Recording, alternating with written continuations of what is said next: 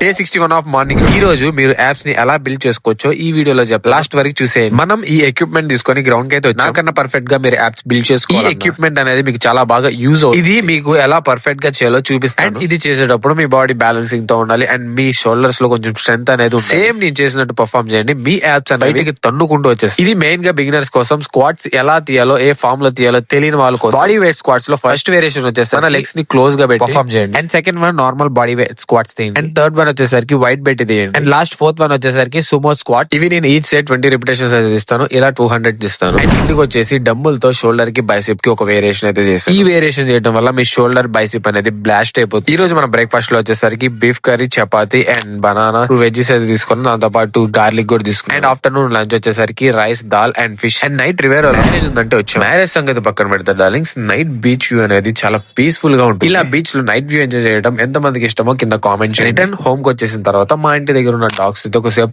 ఆడుకున్నాం. కొన్ని టైమ్స్ మనుషులతో ఉండడం కన్నా కుక్కలతో ఉంటేనే చాలా పీస్ఫుల్ గా ఉంటుంది డార్లింగ్స్. అండ్ ఈ రోజు జరిగిన ప్రయాణం ఇంతటితో సమాప్తం. ఈ వీడియో మీకు నచ్చితే ఫాలో అయితే కొట్టేయండి.